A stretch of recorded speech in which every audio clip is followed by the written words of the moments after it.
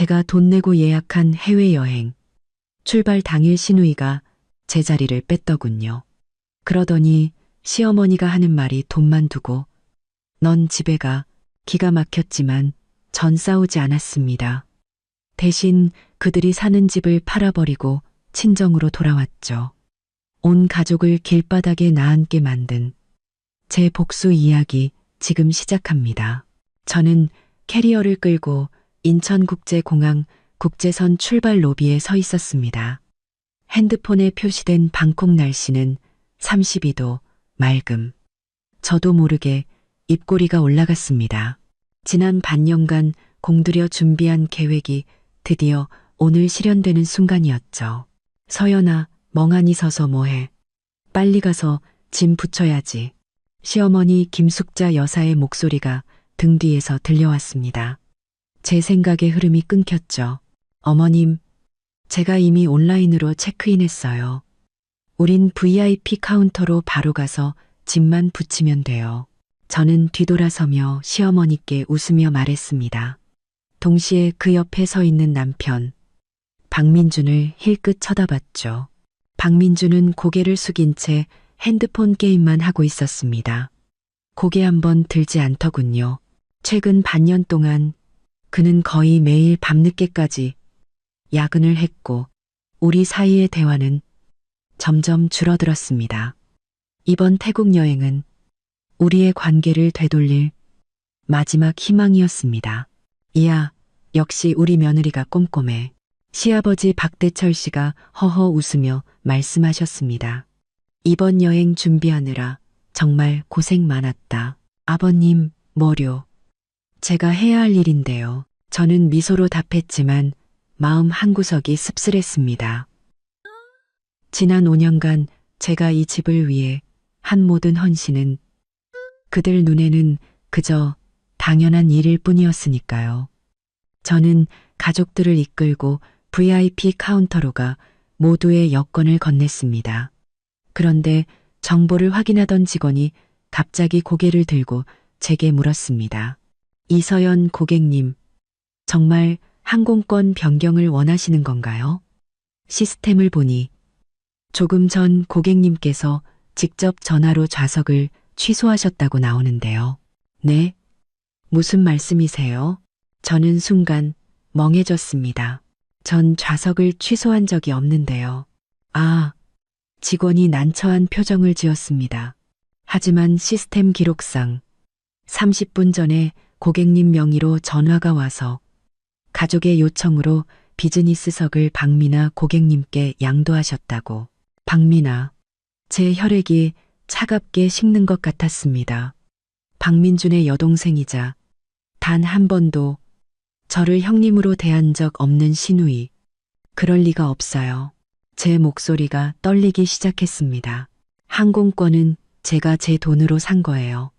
어떻게 다른 사람이 마음대로 제 자리를 취소할 수 있죠? 바로 그때 등 뒤에서 익숙한 목소리가 들려왔습니다.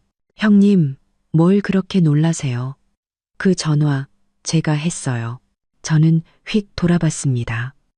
세련된 휴양지 패션의 박미나가 눈에 띄게 새로 산 루이비통 캐리어를 끌며 미소를 머금고 서 있었습니다. 미나야, 네가 왜 여기에 있어? 박민준이 드디어 핸드폰에서 눈을 뗐습니다. 놀란 표정이었죠. 오빠, 그게 무슨 표정이야? 박미나는 애교를 부리듯 박민준의 팔에 매달렸습니다. 엄마가 말 안 했어? 나도 태국같이 가기로 한 거. 저는 충격받은 얼굴로 시어머니를 쳐다봤습니다. 그녀는 제 시선을 피하며 괜히 핸드백을 뒤적였습니다. 어머님, 이게 어떻게 된 일이에요? 제 목소리는 이제 분노로 떨리고 있었습니다. 분명 우리 가족 5명만 가기로 했잖아요. 비행기랑 호텔 전부 5명으로 예약했다고요. 시어머니는 그제야 고개를 들었습니다. 제가 익히 아는 거만한 표정으로 말했죠. 미나가 요즘 공부 때문에 스트레스가 많아서 너희 아버님이랑 상의해서 같이 바람이나 쐬라고 불렀다. 비즈니스석은 자리가 없으니 네가 이코노미석 타면 되잖니. 어차피 4시간이면 도착하는데 저도 모르게 두 주먹을 꽉 쥐었습니다. 지난 반년 동안 허리띠를 졸라매고 밤낮으로 일해서 온 가족에게 근사한 여행을 선물하고 싶었습니다. 비즈니스석 항공권, 5성급 호텔, 세심하게 짠 여행 일정까지 전부 제 피땀으로 모은 돈이었습니다. 그런데 이제 와서 저더러 이코노미석으로 꺼지라니요. 어머님, 그건 좀 아닌 것 같아요. 저는 마침내 용기를 내어 반박했습니다. 항공권이랑 여행 계획 전부 제가 짰어요. 미나가 갑자기 오게 됐으면 적어도 저한테 미리 말은 해주셨어야죠. 너한테 뭘 말해? 시어머니의 얼굴이 순식간에 굳어졌습니다. 언제부터 이 집안일이 내 허락을 받아야 하는 일이 됐니? 미나는 민준이 친동생이야. 굴러온 돌인 너보다 중요하지 않겠어? 서연아, 박민준이 마침내 입을 열었습니다. 하지만 그의 얼굴은 잔뜩 찌푸려져 있었죠. 소란 피우지 마. 그냥 미나 비즈니스석 타라고 해. 네가 조금만 참으면 되잖아. 금방 도착하는데. 저는 결혼 5년 차 남편인 그의 얼굴을 바라봤습니다. 갑자기 그가 너무나 낯설게 느껴졌습니다. 그의 눈에는 저를 위한 아주 작은 옹호도 없었습니다. 오직 귀찮음과 짜증뿐이었죠. 맞아, 형님. 박민아가 제 비즈니스석 탑승권을 흔들며 의기양양하게 말했습니다. 난 이미 수속 다 마쳤는데 젊고 오면 형님 혼자 집에 가시든가. 눈앞이 흐려졌지만 저는 눈물이 떨어지지 않도록 안간힘을 썼습니다. 5년 내내 저는 참았습니다. 시어머니의 구박을, 시누이의 도발을, 남편의 무관심을. 제가 충분히 잘하면 언젠가는 그들도 저를 가족으로 받아줄 거라 믿었습니다. 돈만 두고 넌 집에 가. 시어머니가 차갑게 쏘아붙였습니다. 괜히 같이 가서 인상 쓰면서 분위기 망치지 말고. 그 말은 비수가 되어 제 심장에 정확히 밝혔습니다. 저는 박민준을 바라봤습니다. 그가 단 한마디라도 제 편을 들어주길 바랐습니다. 하지만 그는 한숨을 쉴 뿐이었습니다. 서연아, 그냥 너 먼저 집에 가 있어. 우리 돌아와서 다시 얘기하자. 공항 방송에서 탑승 안내가 흘러나왔습니다. 주변 사람들은 바쁘게 움직였죠. 저는 그 자리에 우두커니 서서 온몸에 피가 거꾸로 솟는 기분을 느꼈습니다. 알았어요. 저 갈게요. 제 목소리가 들렸습니다. 무서울 정도로 평온한 목소리였죠. 다들 즐거운 여행 되세요. 제가 몸을 돌려 떠날 때 등 뒤에서 박민아의 환호성이 들렸습니다. 그리고 남편에게 소지품 잘 챙기라고 당부하는 시어머니의 목소리도요. 아무도, 단 한 사람도 저를 붙잡지 않았습니다. 공항을 나서자 6월의 햇살이 눈을 찔렀습니다. 저는 택시를 잡아탔습니다. 기사님이 어디로 가냐고 물었죠. 입을 열었지만 그 차가운 집 말고는 갈 곳이 없다는 사실을 깨달았습니다. 푸른 호수 아파트로 가주세요. 결국 저는 그곳을 말했습니다. 차 안에서 핸드폰을 켰습니다. 남편 박민준이 방금 공항 면세점에서 100만 원 넘게 긁었다는 카드사 알림이 와 있었습니다. 저는 씁쓸하게 웃으며 알림을 껐습니다. 갤러리를 열어 5년 전 결혼 사진을 찾아봤습니다. 사진 속에 저는 너무나 행복하게, 너무나 순진하게 웃고 있었죠. 사랑만 있으면 모든 걸 이겨낼 수 있을 거라고 믿었습니다. 텅 빈 집에 돌아와 아침에 급하게 나오느라 치우지 못했던 커피잔을 기계적으로 씻었습니다. 지난 5년의 순간들이 머릿속을 스쳐 지나갔습니다. 사람들 앞에서 제가 한 음식을 타박하던 시어머니, 제 웨딩드레스를 망가뜨리고도 사과 한마디 없던 시누이, 그리고 매달 월급의 절반 이상을 시어머니에게 보내면서 저와는 한마디 상의도 없던 남편. 저는 소파에 앉아 무릎을 끌어안고 마침내 참았던 눈물을 터뜨렸습니다. 휴대폰이 진동했습니다. 박민준에게서 온 메시지였습니다. 이제 비행기 타. 그만 화 풀어. 엄마도 연세가 있으시니 네가 좀 이해해드려. 저는 답장하지 않았습니다. 밤이 깊어지고 저는 불도 켜지 않은 채 어둠 속에 앉아 있었습니다. 그때 다시 휴대폰이 울렸습니다. 친구 지수였습니다. 서연아, 방콕 도착했어? 지수의 밝은 목소리가 수화기 너머로 들려왔습니다. 저는 오늘 있었던 일을 울먹이며 털어놓았습니다. 뭐라고? 지수의 고함에 귀가 터지는 줄 알았습니다. 그 인간들끼리 여행 가고 널 혼자 집에 버려뒀다고? 박민주는 뭐 했대? 꿀먹은 벙어리야? 지수야, 나 이제 어떻게 해야 할지 모르겠어. 저는 끝내 무너져 통곡했습니다. 서연아, 잘 들어. 지수의 목소리가 갑자기 진지해졌습니다. 이건 우연히 일어난 일이 아니야. 오랫동안 널 무시하고 착취한 결과물이라고. 이제부턴 널 위해서 싸워야 해. 그날 밤 지수는 새벽까지 전화로 제 곁을 지켜주었습니다. 전화를 끊고 저는 세수를 했습니다. 거울 속 퉁퉁 부은 눈의 저를 보며 지난 5년간 단 한 번도 감히하지 못했던 결심을 했습니다. 더 이상 박씨 집안에 글로 살지 않겠다고. 저는 컴퓨터를 켜고 지난 세월 동안 그들이 제게 저질렀던 부당한 일들을 정리하기 시작했습니다. 은행 거래 내역, 메신저 대화 기록, 병원 진료 기록까지 모든 증거를 하나하나 분류해서 저장했습니다. 새벽에 걸려온 박민준의 성의 없는 사과 전화는 전부 녹음했습니다. 동이 트기 시작할 무렵 저는 노트북을 덮었습니다. 마음속엔 이미 계획이 서 있었습니다. 5년의 인내는 존중을 가져다 주지 못했습니다. 그렇다면 오늘부터 저는 박씨 집안에 똑똑히 알려줄 겁니다. 이서연은 더 이상 만만한 양이 아니라는 것을. 지수와 통화를 마친 후 저는 뜬 눈으로 밤을 새웠습니다. 아침 6시 퀭한 눈으로 기계적으로 커피를 내렸습니다. 혀끝에 퍼지는 커피의 쓴맛이 지금 제 심정 같았죠. 핸드폰이 울렸습니다. 박민준이 보낸 메시지였습니다. 호텔 도착했어. 전망이 아주 좋네. 너도 왔으면 좋아했을 텐데. 수영장 사진이 첨부되어 있었습니다. 저는 냉소하며 답장하지 않았습니다.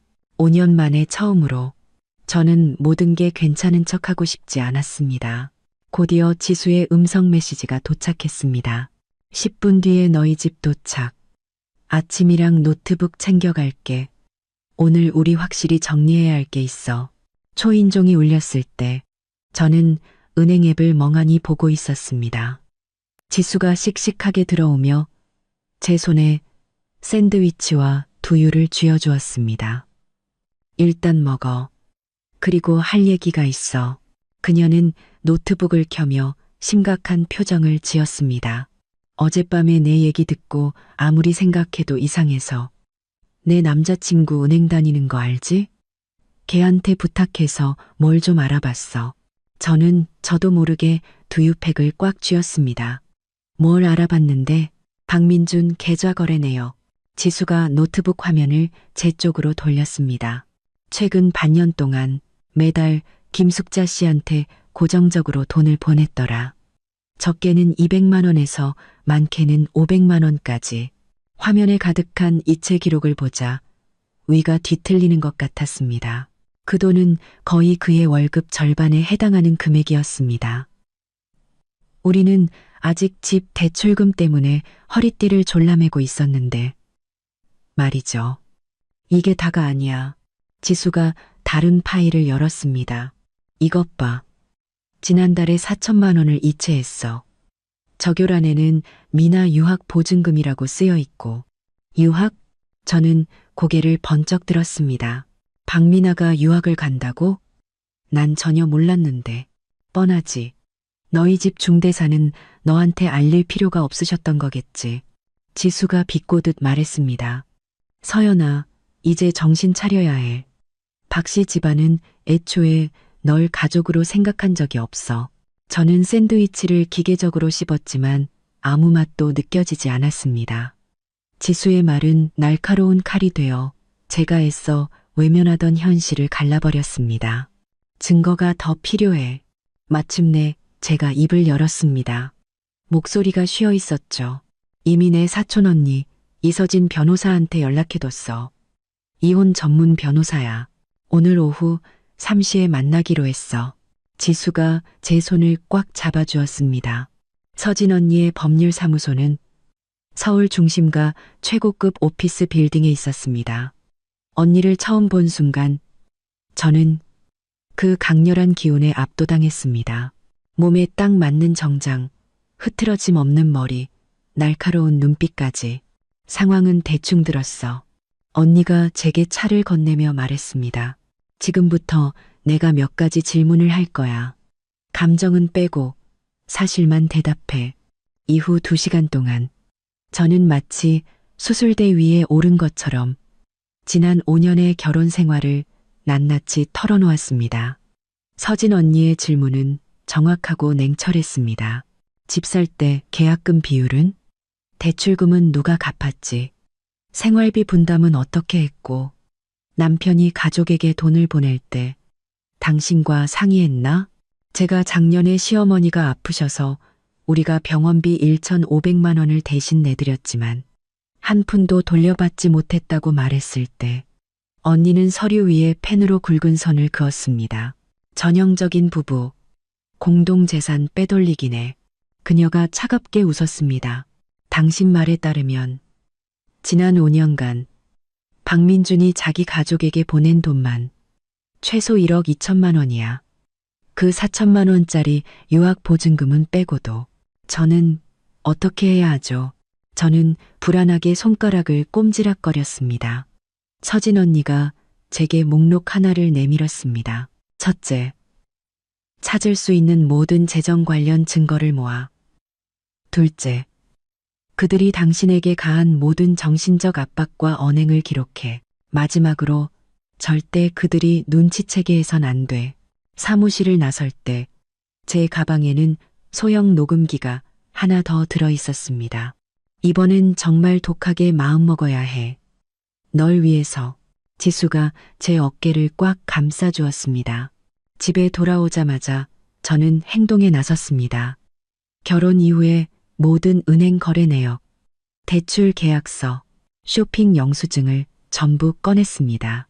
등기권리증을 찾으려고 박민준의 서랍을 뒤지다가 검은색 노트 하나가 눈에 띄었습니다. 첫 장을 넘기는 순간 심장이 거세게 뛰기 시작했습니다. 박민준의 개인 가계부였습니다. 그가 가족에게 보낸 모든 돈이 상세하게 기록되어 있었죠. 가장 최근 페이지에는 이렇게 쓰여 있었습니다. 7월 15일 엄마에게 4천만 원 이체. 미나 영국 유학 계약금. 재개발 보상금 나오면 갚으실 예정. 재개발 보상금이라고? 무슨 재개발? 저는 노트의 모든 페이지를 빠르게 촬영하고 원래 자리에 두었습니다. 바로 그때 전화가 울렸습니다. 박민준의 영상통화 요청이었습니다. 저는 심호흡을 하고 통화 버튼을 눌렀습니다. 화면에 박민준의 얼굴이 나타났습니다. 배경은 호화로운 호텔 방이었죠. 서연아, 아직도 화났어. 그의 목소리는 공항에서의 일이 사소한 장난이었던 것처럼 가벼웠습니다. 미나가 너한테 자리 양보해줘서 고맙다고 선물 샀대. 화면이 돌아가고 저는 목욕 가운을 입은 박미나가 고가의 화장품 세트를 뜯고 있는 것을 보았습니다. 형님, 이거 한국에서는 엄청 비싼 거 알죠? 근데 형님 탑승권으로 면세점 포인트 써서 20%나 할인받았잖아요. 그녀가 의기양양하게 골드카드를 흔들어 보였습니다. 제 피가 거의 얼어붙는 것 같았습니다. 그건 제 신분증과 연동된 제 멤버십 카드였습니다. 민준 씨, 저는 분노를 억누르며 말했습니다. 잠깐 단둘이 할 얘기가 있어요. 박민준이 발코니로 나가자 미소가 사라졌습니다. 무슨 일인데? 어머님께 보낸 그 4천만 원. 우리 공동 예금 맞죠? 왜 나랑 상의도 안 했어요? 제가 단도직입적으로 묻자 그의 표정이 순식간에 경계심으로 가득 찼습니다. 누가 4천만 원 얘기를 해. 그거 원래 엄마 재개발 보상금인데 우리가 잠시 맡아뒀던 거야. 이제 돌려드린 것뿐이라고. 재개발 보상금이요? 심장이 빠르게 뛰었지만 저는 아무렇지 않은 척했습니다. 아, 그랬구나. 그럼 미나 유학 가는 건 왜 말 안 해줬어요? 이서연. 그의 목소리에 짜증이 묻어났습니다. 그런 건 우리 집안일이야. 넌 내 할 일이나 잘해. 아, 맞다. 엄마가 안방 침대 시트 갈아놓으래. 돌아가면 거기서 주무신다고. 통화가 끝난 후 저는 침대에 걸터 앉았습니다. 그 어느 때보다 정신이 맑아지는 기분이었습니다. 박민준의 말 한마디 한마디가 서진 언니의 판단이 옳았음을 증명하고 있었습니다. 이 집에서 저는 처음부터 외부인이었습니다. 저는 서진 언니에게 전화를 걸었습니다. 언니, 새로운 사실을 알아냈어요. 시댁에 재개발 예정인 부동산이 있는 것 같아요. 사흘 뒤 박 씨 가족이 잔뜩 쇼핑을 하고 돌아왔습니다. 저는 문 앞에 서서 그들이 양손 가득 짐을 들고 들어오는 것을 지켜봤습니다. 아무도 제가 지난 며칠간 어떻게 지냈는지 묻지 않았습니다. 서연아, 짐 좀 위로 옮겨라. 시어머니가 제게 비닐봉지를 툭 던졌습니다. 미나가 너 주려고 산 기념품이다. 여러분이 조악한 품질의 스카프였습니다. 태그에는 특가 1만 원이라는 스티커가 붙어 있었죠. 박미나가 옆에서 킥킥거리는 걸 보니 이건 명백히 저를 모욕하기 위한 행동이었습니다. 감사합니다. 근데 전 이런 색 스카프는 안 해서요. 저는 스카프를 조용히 탁자 위에 내려놓았습니다. 아, 맞다, 어머님. 옛날 집 재개발된다면서요. 축하드려요. 순간 집안이 조용해졌습니다. 시어머니의 얼굴이 굳어졌죠. 누가 그래? 민준 씨가요. 저는 순진한 척 말했습니다. 그 4천만 원이 보상금 일부라면서요. 박민준이 저를 험악하게 쏘아봤고 시어머니는 갑자기 웃음을 터뜨렸습니다. 아이고, 그거 아직 확정도 안 됐어. 서연아, 저녁에 맛있는 것 좀 해라. 우리 미나가 네가 해주는 갈비찜 먹고 싶대. 그들의 당황한 모습을 보니 제가 전곡을 찔렀다는 것을 알 수 있었습니다. 그날 저녁, 제가 주방에서 요리를 하는 동안 거실에서 시어머니가 박민준을 낮은 목소리로 꾸짖는 소리가 들렸습니다. 내가 몇 번을 말했니? 재개발 얘기 쟤한테 절대 하지 말라고. 이제 어쩔 거야. 몫을 달라고 할 게 뻔하잖아. 칼을 쥔 제 손이 미세하게 떨렸지만 마음은 이상할 정도로 차분했습니다. 제 주머니 속 녹음기는 이 모든 것을 조용히 담고 있었죠. 저녁 식사 때 저는 정성껏 만든 음식을 차려놓고 이 굶주린 짐승들을 미소로 바라봤습니다. 박미나가 갈비찜을 깨작거리며 말했습니다. 형님, 이번 건 너무 짜요. 그래요? 저는 한 점 집어 맛을 봤습니다. 제 입엔 딱 맞는데요. 입에 안 맞으면 다음부턴 직접 해 드세요. 식탁에 앉은 모두가 얼어붙었습니다. 제가 박미나에게 반박한 것은 이번이 처음이었습니다. 시어머니가 젓가락을 탁 내려놓았습니다. 서연아, 너 지금 미나한테 무슨 말버릇이야? 사실을 말한 건데요. 저는 여전히 미소를 유지했습니다. 아, 맞다, 어머님. 재개발 확정되면 민준 씨랑 제 몫은 어떻게 하실 생각이세요? 저희도 엄연히 법적 부부인데 말이죠. 시어머니의 얼굴이 시퍼렇게 질렸고 박민준은 식탁 밑으로 제 다리를 세게 찼습니다. 이서연, 너 지금 무슨 소리 하는 거야? 그냥 여쭤본 거예요. 저는 순진하게 눈을 깜빡였습니다.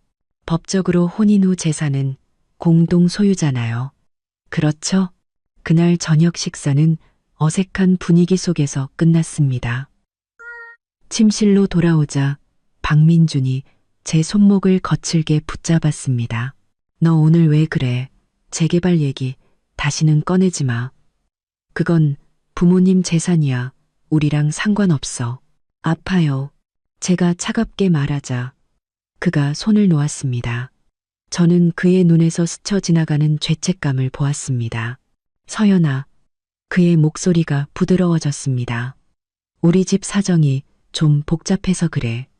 네가 생각하는 것만큼 간단한 문제가 아니야. 그럼 설명해줘요. 저는 그의 눈을 똑바로 쳐다봤습니다. 예를 들면 왜 5년 내내 몰래 시댁에 돈을 보냈는지, 왜 제 비즈니스석이 마음대로 취소됐는지, 그리고 왜 이 집에서 저는 항상 뒷전인지. 박민주는 제 질문에 아무 말도 못하고 결국 화를 내며 소리쳤습니다. 말이 안 통하는군. 그는 문을 박차고 나가버렸습니다. 그의 발소리가 멀어지는 것을 들으며 저는 방문을 잠그고 베개 밑에서 다른 휴대폰을 꺼냈습니다. 그리고 오늘 밤 녹음한 파일을 전부 서진 언니에게 보냈습니다. 저는 노트북을 켜고 모든 증거를 다시 정리하기 시작했습니다. 화면 불빛이 제 얼굴에 비쳤습니다. 거울에 비친 제 모습은 더 이상 방황하지 않았습니다. 그 눈에는 결연한 의지가 가득했죠. 5년의 결혼 생활은 길고 긴 악몽과도 같았습니다. 그리고 이제 저는 그 꿈에서 깨어날 참이었습니다. 서진 언니의 답장은 빨랐습니다. 녹음 파일 아주 유용해. 계속 증거 모아. 재개발 건은 내가 사람 시켜서 알아볼게. 명심해. 모든 준비가 끝나기 전까지는 섣불리 움직이지 마. 저는 알겠습니다. 라고 답장하고 서랍을 열어 서류 하나를 꺼냈습니다. 제가 결혼 전에 사둔 작은 오피스텔의 등기 권리증이었습니다. 마지막 퇴로를 남겨둔 것이 천만다행이었습니다. 창밖의 달빛이 차갑게 비쳐 들어왔습니다. 저는 등기 권리증에 적힌 제 이름을 어루만졌습니다. 마치 5년 전 아직 꿈이 있던 제 자신을 만지는 것 같았습니다. 사랑이면 모든 걸 이겨낼 수 있다고 믿었던 그 순진했던 소녀는 어떤 사람들에게 결혼이란 철저히 계산된 거래에 불과하다는 것을 알지 못했습니다. 하지만 괜찮습니다. 이제부터는 저도 계산을 할 테니까요. 다음 날 아침 커튼 틈으로 들어온 햇살에 눈을 떴습니다. 옆자리를 더듬어 보니 시트가 차갑고 평평했습니다. 박민주는 밤새 돌아오지 않았습니다. 새벽 2시에 온 메시지가 하나 있었습니다. 객실에서 잘게. 내일 아침 일찍 출장 가. 저는 냉소하며 메시지를 삭제했습니다. 출장이라니. 결혼 5년 동안 그는 싸움을 피할 때마다 이 핑계를 댔습니다. 그리고 저는 바보같이 그걸 항상 믿었죠. 세수를 하며 거울을 보니 눈밑이 퀭하고 입가에는 어느새 옅은 주름이 생겨 있었습니다. 이 집을 위해 5년간 애썼지만 돌아온 것은 이런 대우뿐이었습니다. 주방에서는 시어머니가 달걀 프라이를 하고 있었습니다. 제가 들어와도 눈길 한번 주지 않았죠. 식탁에는 이미 박민아가 앉아 핸드폰을 보고 있었습니다. 앞에는 마시다만 주스잔이 놓여 있었죠. 형님. 그녀는 고개도 들지 않고 말했습니다. 제 분홍색 원피스 세탁 다 됐어요? 내일 동창회 때 입어야 하는데 300만 원이 넘는 그 원피스는 지난주 그녀가 와인을 쏟아 망쳐놓고는 당연하다는 듯 제게 던져준 것이었습니다. 아니, 저는 제 물컵을 따르며 말했습니다. 세탁소에서 그러는데 그런 소재에 묻은 와인 얼룩은 지우기 힘들대. 다음부턴 뭐 마실 때 조심 좀 해. 박민아가 고개를 번쩍 들었습니다. 곱게 화장한 얼굴에 믿을 수 없다는 표정이 가득했습니다. 지금 무슨 소리예요? 글자 그대로의 의미야. 난 내 하녀가 아니거든. 저는 그녀를 똑바로 쳐다봤습니다. 엄마. 박민아가 즉시 소리를 질렀습니다. 형님 좀 봐. 시어머니가 프라이를 접시에 내동댕이 치듯 놓았습니다. 이서연, 아침부터 무슨 행패야. 미나는 네 시누이야. 옷 한 벌 빨아주는 게 그렇게 힘들어? 제가 알기론 미나는 올해 24살이고 자기 행동에 책임질 수 있는 성인이에요. 저는 사과를 한 입 베어 물었습니다. 그리고 저는 형님이지 엄마가 아니고요. 식당은 죽은 듯이 조용해졌습니다. 시어머니의 얼굴은 붉게 달아올랐고 박미나는 입을 벌린 채 물밖에 물고기 같았습니다. 세상에 미쳤구나. 시어머니가 마침내 소리쳤습니다. 민준이 없다고 본색을 드러내는구나. 어디 두고 봐. 걔 돌아오면 어쩔 건데요? 제가 말을 끊었습니다. 저를 때리라고 할 건가요? 욕을 하라고요? 아니면 계속 이렇게 없는 사람 취급하라고요? 저는 핸드폰을 꺼내 어젯밤 녹음 파일을 틀었습니다. 말이 안 통하는군. 박민준의 목소리에 이어 문이 세게 닫히는 소리가 선명하게 들렸습니다. 시어머니의 얼굴이 붉은색에서 하얀색으로 변했습니다. 제가 녹음했을 거라고는 상상도 못한 눈치였습니다. 아, 그리고 제가 변호사한테 상담받아 봤는데요. 부부 공동 재산에는 혼인 후 배우자 일방의 수입도 포함된대요. 그러니까 민준 씨가 그동안 어머님께 드린 돈, 제가 절반을 돌려받을 권리가 있다는 뜻이죠. 너, 시어머니가 저를 향해 손가락질하며 부들부들 떨었습니다. 네가 감히, 저는 그냥 법대로 하려는 것뿐이에요. 저는 사과 심지를 내려놓았습니다. 오늘부터 저는 객실에서 지낼게요. 민준 씨 돌아오면 우리 제대로 얘기 좀 해야겠어요. 그 말을 남기고 제가 돌아서자 등 뒤에서 그릇 깨지는 소리와 시어머니의 저주 섞인 고함이 들려왔습니다. 제 발걸음은 이상하게 가벼웠습니다. 마치 수년간 짊어졌던 무거운 짐을 내려놓은 것 같았죠. 안방에서 제 짐을 챙기다가 옷장 깊숙한 곳에 숨겨둔 보석함을 만졌을 때 저는 잠시 망설였습니다.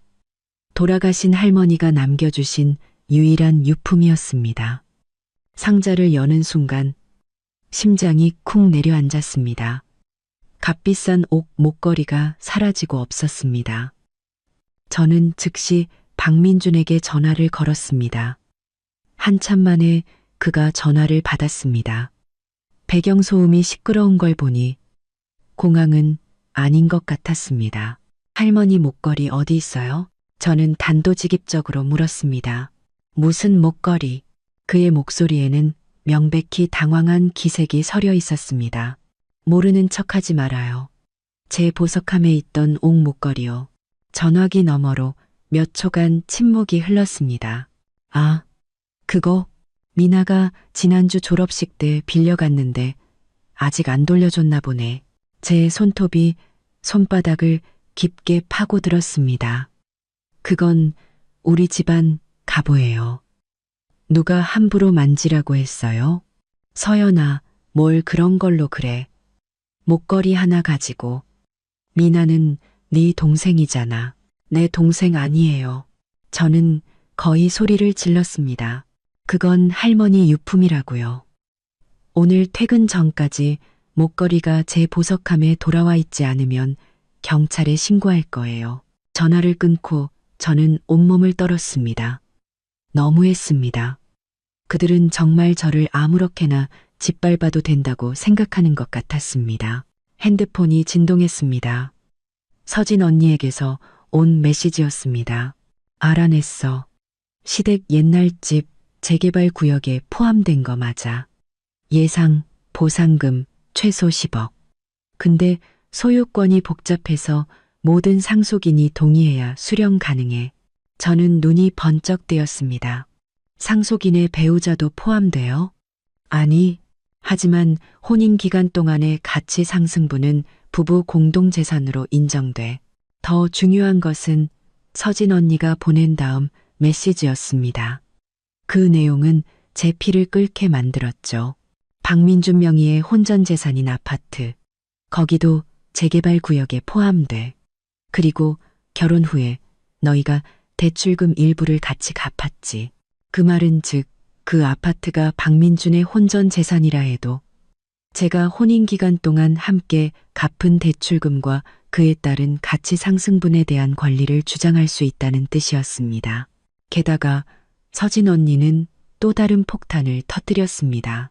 내 친구가 알아봤는데 박민아가 최근에 영국 대학 지원용 재정 보증 서류를 냈더라. 계좌 잔고가 정확히 4천만 원이야. 송금인은 김숙자로 확인됐고 저는 핸드폰을 꽉 쥐었습니다. 이것이 바로 박민준이 시어머니에게 보낸 4천만 원의 행방이었습니다. 우리의 공동 예금으로 자기 여동생 유학을 보내면서 제게는 알리지도 않은 겁니다. 오후 3시 저는 회사에 일이 있다고 핑계를 대고 일찍 퇴근해 서진 언니의 사무실로 향했습니다. 언니는 제게 김 반장이라는 사설 탐정을 소개해 주었습니다. 김 반장님이 더 많은 증거를 찾는 걸 도와줄 거예요. 서진 언니가 제게 서류를 건넸습니다.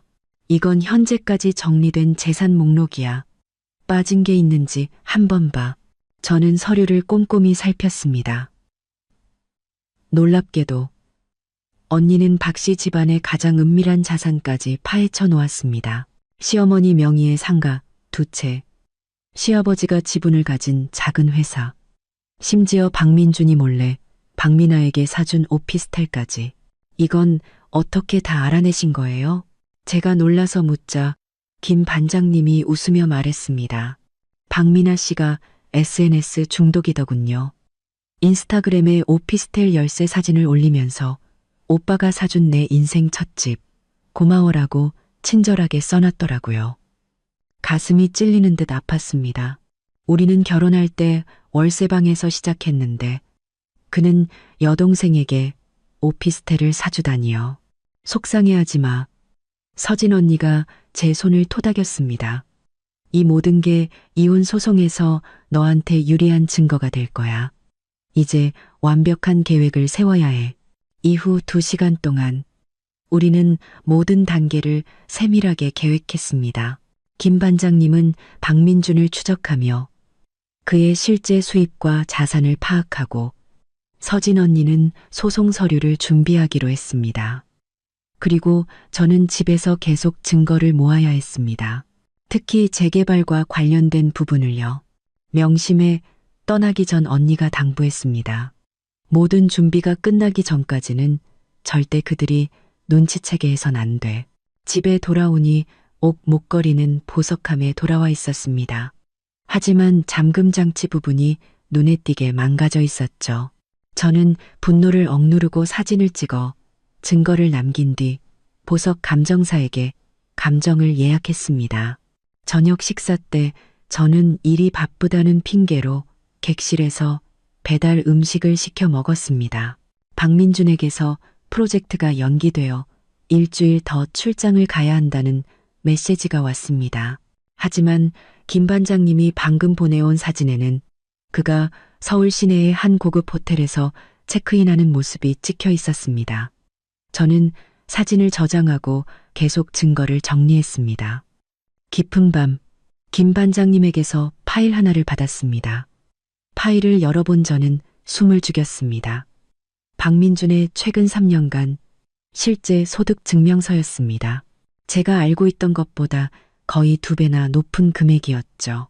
그리고 그가 숨긴 수입은 전부 시어머니의 계좌로 들어가 있었습니다. 이 발견에 충격을 받고 있을 때 문 밖에서 발소리가 들렸습니다. 저는 재빨리 화면을 전환하고 일하는 척했습니다. 문이 열리고 시어머니가 우유 한 잔을 들고 들어왔습니다. 5년 만에 처음 있는 일이었습니다.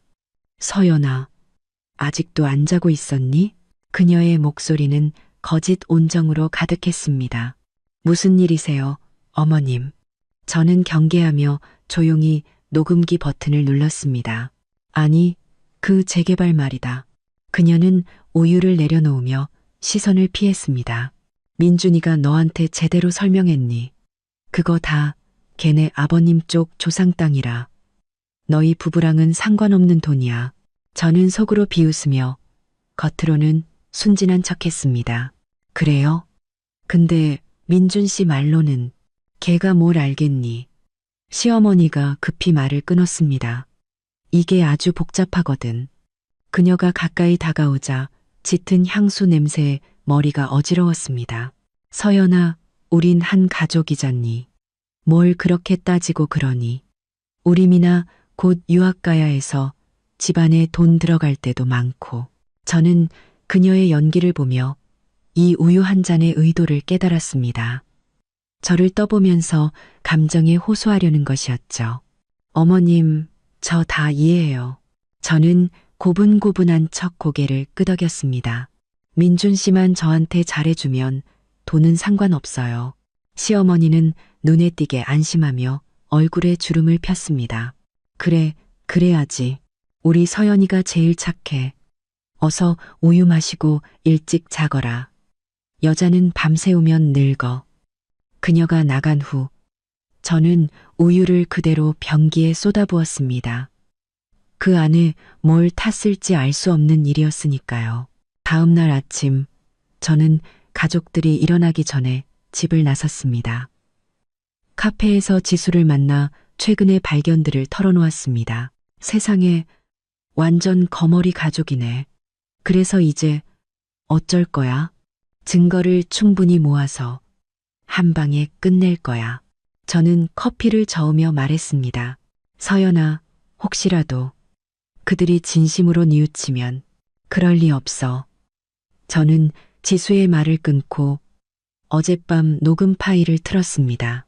녹음 파일에서는 시어머니가 제 방을 나간 후 복도에서 통화하는 소리가 선명하게 들렸습니다. 여보세요? 이서방. 나야. 그 재개발 계약서 아직 사인하지 말고. 우리 며느리 쪽이 좀 걸려서. 걱정 마. 걔가 뭘 어쩌겠어. 지수의 얼굴이 굳어졌습니다. 정말 독한 할망구네. 그래서 내가 더 독해져야 해. 저는 핸드폰을 챙기며 말했습니다. 아, 맞다. 부탁 하나만 들어줄래? 그날 오후 지수는 친구 모임을 핑계로 박미나를 고급 카페로 불러냈습니다. 그 사이 저는 열쇠 수리공을 불러 박미나가 없는 틈을 타 그녀의 방에 조용히 들어갔습니다. 명품 매장을 방불케 하는 그 방에 들어서자 저는 불쾌감을 억누르며 증거를 찾기 시작했습니다. 화장대 서랍에서는 박민준이 그녀에게 돈을 보낸 이체 확인증 몇 장을 발견했습니다. 옷장에는 태그도 떼지 않은 명품 옷들이 수두룩했죠. 그리고 가장 충격적인 것은 침대의 머리맡 서랍 깊숙한 곳에서 발견한 작은 수첩이었습니다. 그 안에는 제 생활 습관과 일정이 빼곡히 적혀 있었습니다. 형님, 매주 수요일 저녁 야근. 형님 친구 최지수. 형님 고향 부산. 보면 볼수록 소름이 돋았습니다. 이건 명백한 감시였습니다. 모든 증거를 빠르게 촬영한 뒤 막 나가려는데 쓰레기통에 찢어진 쪽지 하나가 보였습니다. 조각을 맞춰보니 내용은 제 피를 차갑게 만들었습니다. 오빠가 재개발 보상금 나오면 포르쉐 사준댔음. 형님한테는 절대 비밀. 박미나의 방을 나오며 저는 온몸을 떨었습니다. 이 집안은 늙은이부터 젊은 것까지 전부 저를 속이고 있었습니다. 저녁에는 지수가 박미나와의 대화 녹음 파일을 보내왔습니다. 술 기운이 오른 박미나는 이렇게 자랑하고 있었습니다. 우리 오빠가 나 제일 아끼잖아. 재개발 보상금 받으면 그 아줌마랑 바로 이혼할 거래. 애도 못 낳는 주제에 무슨 박씨 집안 며느리라고. 저는 이 녹음 파일을 저장하고 서진 언니에게 메시지를 보냈습니다. 증거는 거의 다 모았어요.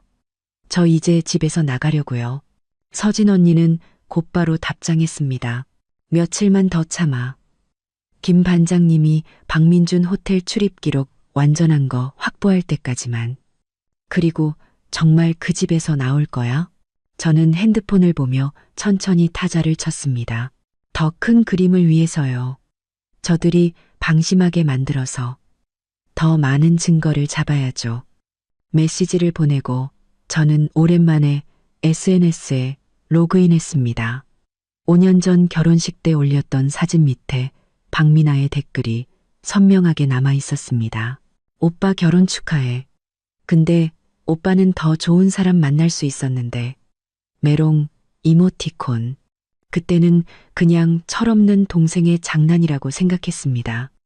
이제 와 보니 저기는 처음부터 명백했습니다.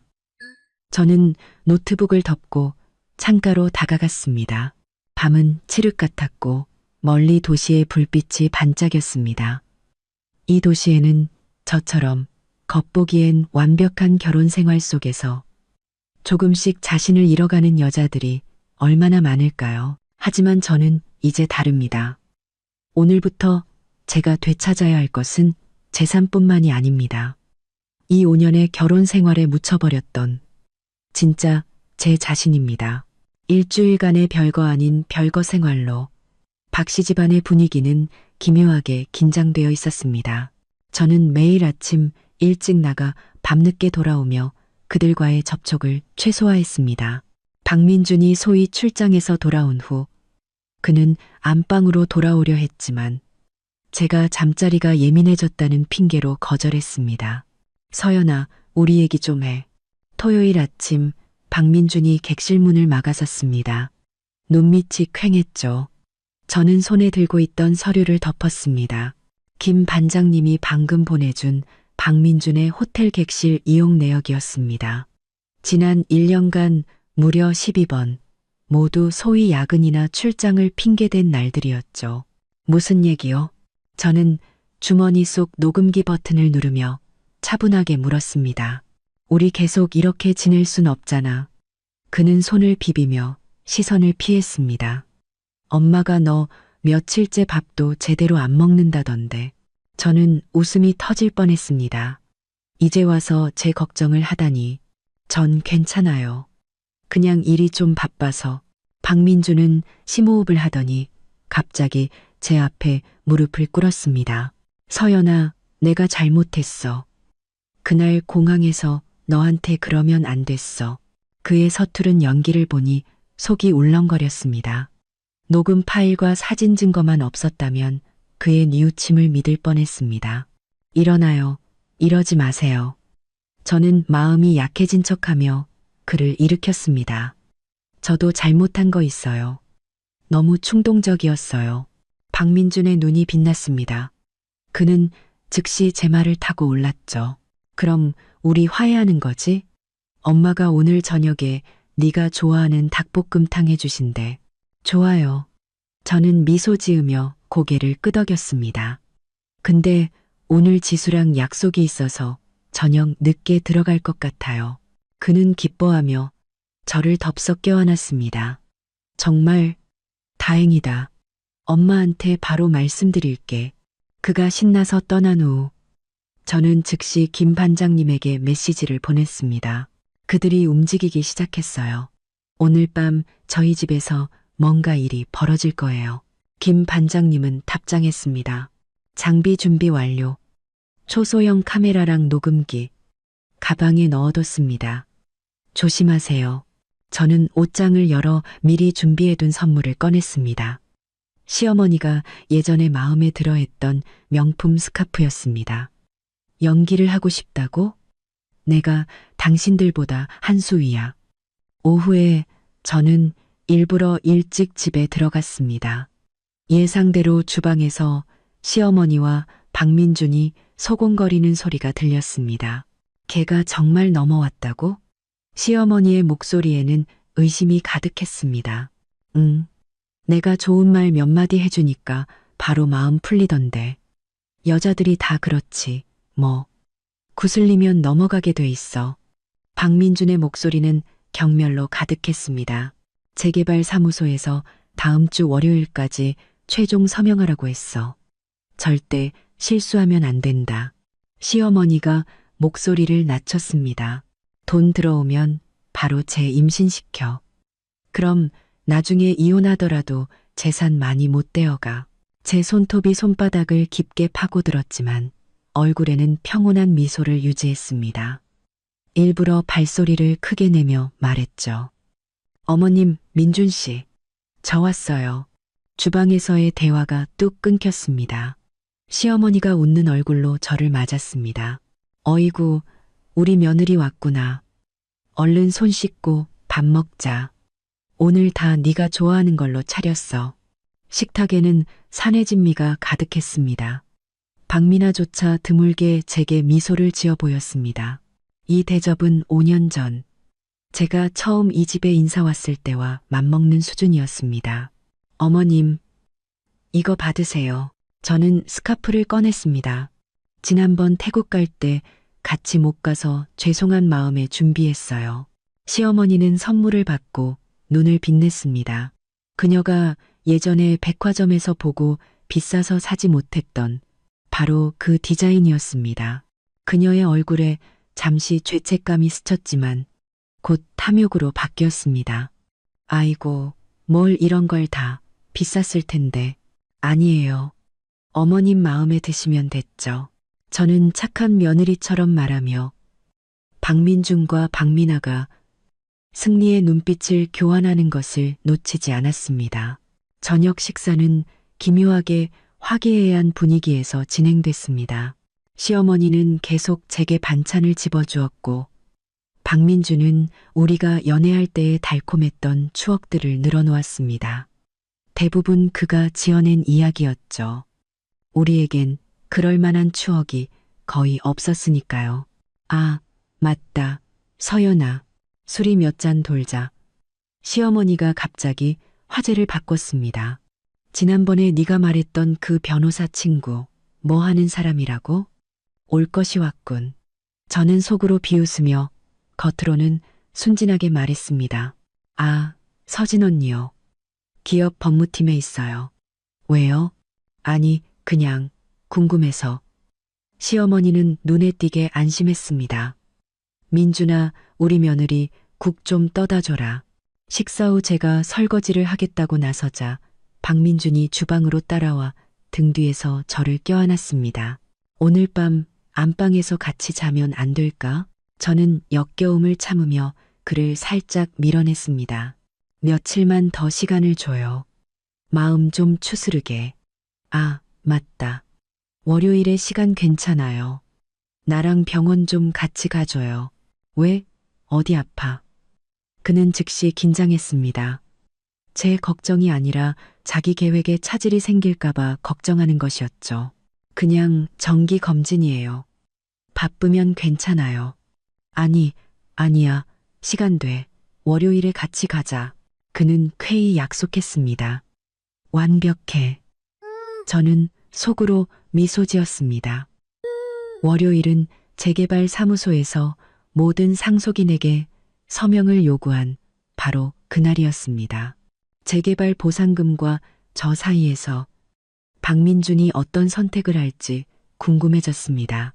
그날 밤 저는 객실에서 잠든 척하며 안방의 동태를 살폈습니다. 새벽 1시 박민준이 조용히 일어나 서재로 향했습니다. 저는 즉시 휴대폰으로 김 반장님이 설치해준 초소형 카메라에 실시간 영상을 확인했습니다. 서재 컴퓨터 화면이 켜지고 박민준은 이메일에 로그인해 재개발 보상 최종 합의서라는 제목의 메일을 열었습니다.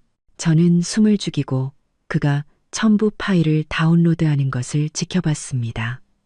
총액이 무려 11억 원에 달하는 상세한 보상 계획서였습니다. 박민준은 내용을 빠르게 훑어본 뒤 전화를 걸었습니다. 아버지, 합의서 봤어요. 네, 예상보다 많네요. 서명할 때 상속인 전원 참석해야 한다고요? 아니요. 서연이는 절대 모르게 해야 돼요. 그는 목소리를 낮췄습니다. 걱정 마세요. 월요일에 제가 어떻게든 개발 묶어둘게요. 병원이요? 마침 자기가 검진받으러 가자고 하더라고요. 통화가 끝난 후 박민주는 메시지를 보냈습니다. 미나야, 월요일에 재개발 사무소에 꼭 시간 맞춰와. 돈 들어오면 바로 내 영국 계좌로 2억 보낼게. 저는 이 모든 과정을 녹화하며 분노로 손을 떨었습니다. 정말 치밀한 가족이었습니다. 다음 날 아침, 저는 아무것도 모르는 척 평소처럼 아침을 준비했습니다. 박민준이 기분 좋게 주방에 나타나 제 허리를 감쌌습니다. 여보, 오늘 뭐해? 회사 가서 야근해야죠. 저는 그에게 커피를 건네며 미소 지었습니다. 내일 병원 가는 거 잊지 마요. 물론이지. 그럼. 그는 시원하게 대답했지만 눈은 서재 쪽을 향해 있었습니다. 집을 나서자마자 저는 서진 언니의 사무실로 향했습니다. 최신 증거들을 본 언니는 책상을 탁 쳤습니다. 완벽해. 이 정도면 그들이 악의적으로 부부 공동 재산을 은닉하고 빼돌렸다는 걸 증명하고도 남아. 다음은 어떻게 하죠? 제가 물었습니다. 계획대로 진행해. 언니의 눈이 날카롭게 빛났습니다. 내일 병원 가서 종합 검진 받고 모든 서류를 챙겨. 그들이 재개발 합의서에 서명하고 나면 바로 소송 들어갈 거야. 법률 사무소를 나와 저는 백화점에서 섹시한 속옷 한 벌과 비싼 향수를 샀습니다. 연극을 하려면 제대로 해야죠. 오늘 밤 박민준에게 잊지 못할 밤을 선사할 참이었습니다. 집으로 가는 길에 시어머니에게서 전화가 왔습니다. 목소리가 전례 없이 다정했죠. 서연아, 내일 아침에 엄마가 너 주려고 제비집 수프 끓여놨다. 몸보신해야지. 감사합니다, 어머님. 저는 고분고분하게 대답했지만 속으로는 냉소했습니다. 그 제비집 수프, 분명 뭔가 탔겠지. 그날 밤 저는 섹시한 슬립을 입고 향수를 뿌린 채 먼저 안방으로 가 박민준을 찾았습니다. 그는 기뻐하며 제게 다가왔지만 저는 내일 검진을 핑계로 그의 접근을 막았습니다. 대신 그의 품에 안겨 이야기를 나눴죠. 민준 씨, 우리 이제 아이 가질까요? 제가 속삭이자 그의 몸이 잠시 굳었다가 이내 환희에 찼습니다. 정말? 네가 드디어 마음을 먹은 거야? 물론이지. 아이가 있으면 이혼할 때 날 더 떼어내기 힘들 테니까. 그는 분명 이렇게 생각하고 있을 겁니다. 저는 부끄러운 척 고개를 끄덕였습니다. 내일 검진 받고 몸에 이상 없으면 그때부터 준비해요. 그날 밤 박민주는 마치 열애 중인 소년처럼 행동했습니다. 몰디브로 여행을 가자 새 차를 사주겠다 등 온갖 약속을 남발했죠. 저는 그의 연극에 맞춰주었지만 마음은 얼음장처럼 차가웠습니다. 다음 날 아침 시어머니는 정말로 제비집 수프를 가져왔습니다. 제가 마시는 것을 빤히 쳐다봤죠. 저는 마시는 척하며 대부분을 소매에 숨겨둔 비닐봉지에 쏟았습니다.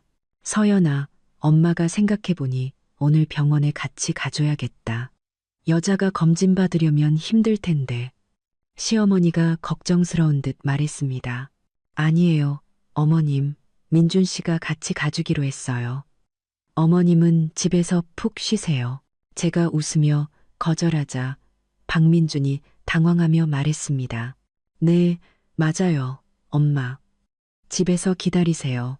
모자가 눈빛을 교환하는 것을 보며 저는 웃음을 참기 힘들었습니다. 집을 나서기 전 저는 일부러 큰 소리로 말했습니다. 어머님, 검진 하루 종일 걸린대요. 저희 저녁은 밖에서 먹고 들어올게요. 차에 타자마자 박민준이 조급하게 물었습니다. 서연아, 어느 병원으로 예약했어?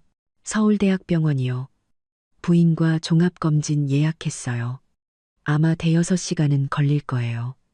당신은 차에서 기다려요. 그의 얼굴이 순식간에 굳어졌습니다. 그렇게 오래? 바쁘면 먼저 가봐요. 저 혼자 택시 타고 갈 수 있어요. 제가 이해심 넓은 척 말하자 그는 급히 손을 저었습니다. 아니야, 기다릴게.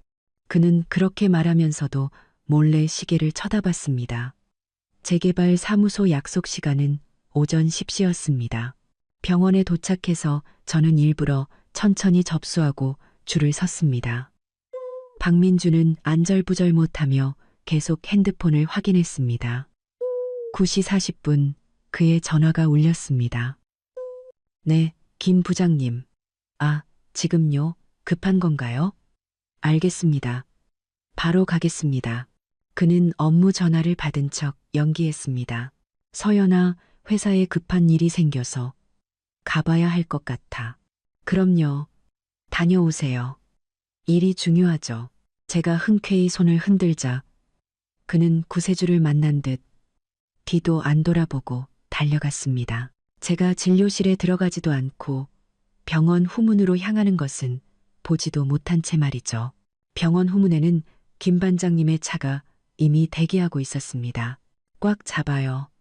이제 쇼가 시작됩니다. 저는 안전벨트를 매며 말했습니다. 김 반장님의 운전 실력은 최고였습니다. 우리는 금세 박민준의 차를 발견했습니다. 그는 회사가 아닌 재개발 사무소로 향하고 있었죠. 김 반장님이 제게 초소형 카메라를 건넸습니다. 서명하는 장면을 확실하게 찍어야 합니다. 재개발 사무소 앞에는 박 씨 집안 식구들이 모두 모여 있었습니다. 시부모 박민준, 박미나, 그리고 처음 보는 친척들까지 그들은 환한 얼굴로 건물 안으로 들어갔습니다. 멀지 않은 차 안에 저는 전혀 눈치채지 못한 채 말이죠. 20분 후 재개발 사무소 직원인 김 반장님의 지인이 현장 사진을 보내왔습니다. 박민준이 한바구음을 지으며 합의서에 서명하고 있었고 박미나는 그 옆에서 셀카를 찍고 있었습니다. 시어머니는 수표처럼 보이는 서류를 꽉 쥐고 있었죠. 잡았다. 저는 차갑게 미소 지으며 서진 언니에게 전화를 걸었습니다. 언니, 이제 움직여도 돼요. 그날 오후 제가 검진을 마치고 집에 돌아왔을 때 박 씨 집안은 축제 분위기였습니다. 식탁에는 랍스터와 전복이 올라와 있었고 시어머니가 직접 요리를 하고 있었습니다. 서연아, 왔구나. 박민준이 환한 얼굴로 저를 맞았습니다. 검진은 잘 받았어? 네, 다 정상이었어요. 회사 급한 일은 해결됐고요. 그럼 해결됐지. 그는 입이 귀에 걸릴 듯 웃었습니다. 오늘 아주 좋은 날이야. 엄마가 네가 좋아하는 해산물로 잔뜩 준비했어. 저는 상다리가 휘어지게 차려진 음식을 보며 놀란 척 물었습니다. 오늘 무슨 특별한 날이에요? 온 가족의 표정이 순간 굳어졌습니다. 시어머니가 급히 수습했습니다. 아니, 그냥 네가 검진 받느라 고생했으니까 몸보신하라고. 감사합니다, 어머님. 저는 고분고분하게 앉아 박미나가 마지못해 건네는 수저를 받았습니다. 식사 내내 박 씨 가족은 흥분해서 속닥거렸지만 제가 듣지 못하도록 일부러 목소리를 낮췄습니다. 박민주는 계속 메시지를 확인했고 그때마다 얼굴에 웃음꽃이 피었습니다. 민준 씨, 무슨 좋은 일 있어요?